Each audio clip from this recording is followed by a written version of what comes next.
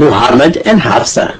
The text and parody are based on Aisha Ahmad's article titled Allah Frowns Over Abstaining from Sex with Slave Girls. Surah number 66 at Tahrim.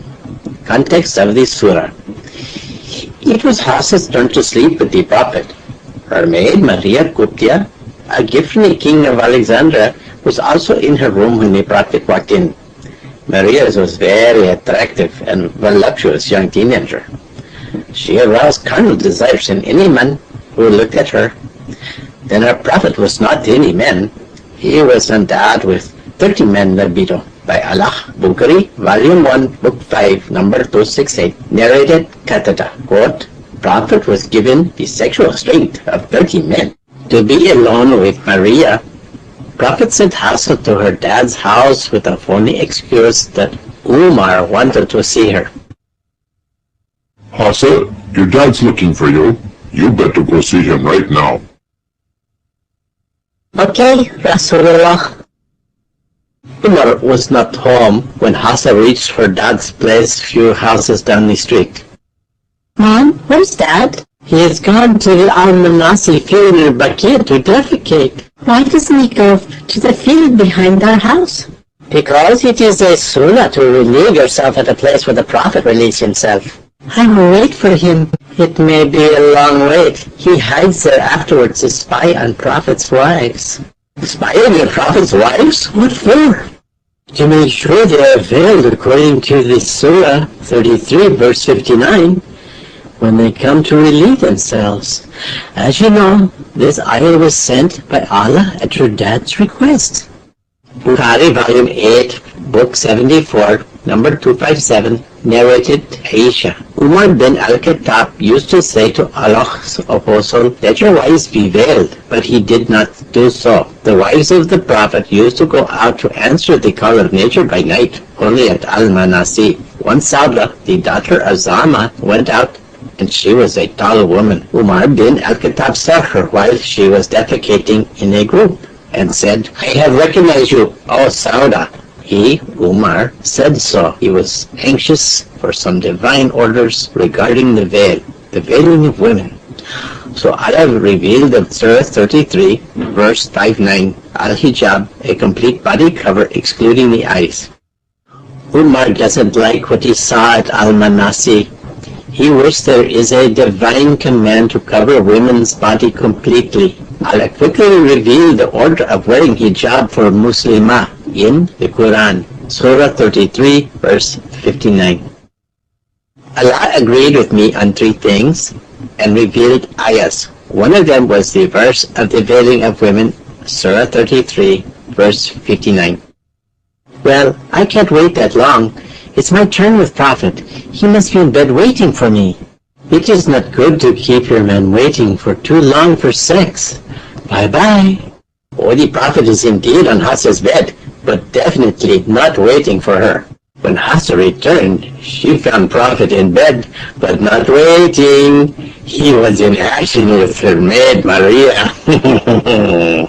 Hafsa was outraged. She had a temper of her dad Umar, and she started hollering at him. Astaghfirullah!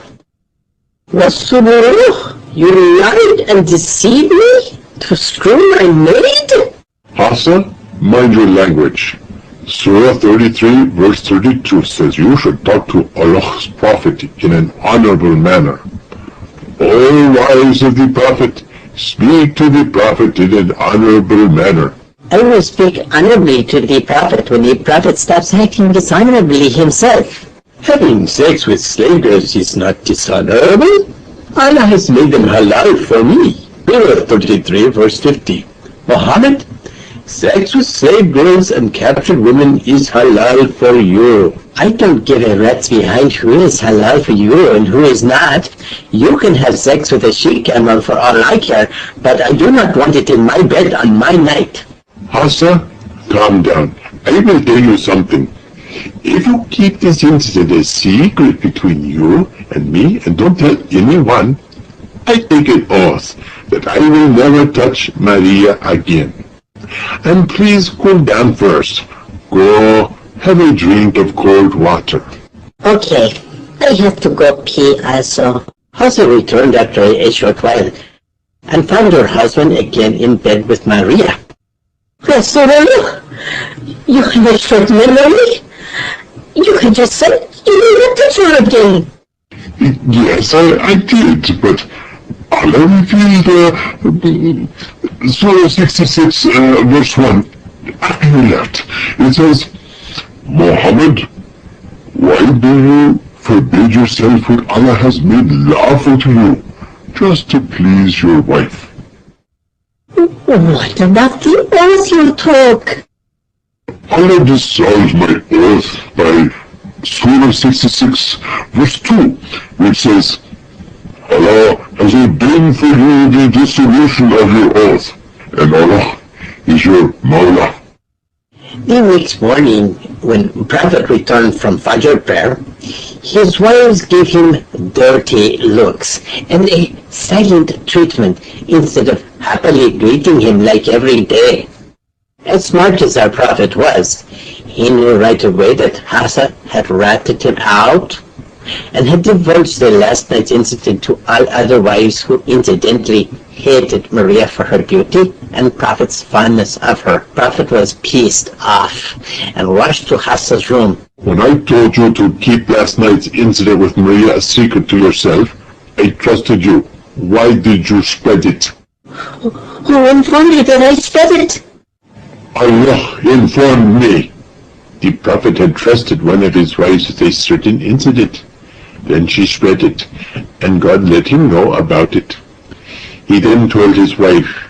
She asked him, Who informed you of this? He said, I was informed by Allah. Surah 66, verse 3. Hafsa started trembling with fear. She had no idea. Allah spied for the Prophet and tattletaled to him his wife's private talks and gossips. Angry Prophet then gathered all his resentful wives and conveyed the following chilling message from Allah to them, which had just arrived. Surah 66, verse 5. If Muhammad divorced you all, Allah will give him in exchange wives better than you who are submissive and devout. That message was a death sentence to the scared wives.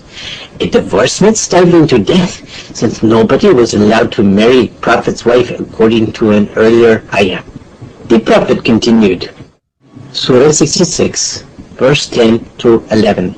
On one hand, wives of Allah's prophets, Noah and Lut, misbehaved with their husbands, and they were put in hellfire. On the other hand, wife of Kafir, Pharaoh, was well behaved, and she was awarded paradise. All the wives started wailing. Starving to death is one thing. Burning in hellfire forever was something else. They grabbed his feet and begged him for mercy.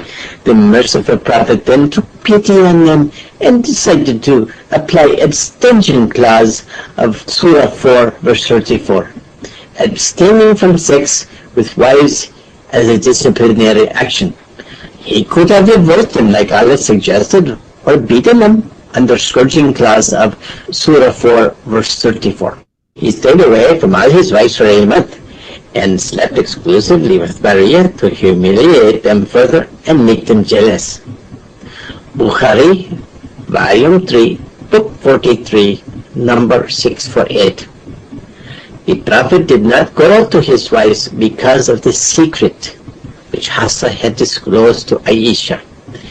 And he said that he would not go to his wives for 1 month, as he was angry with them when Allah admonished him for his oath that he would not approach Maria.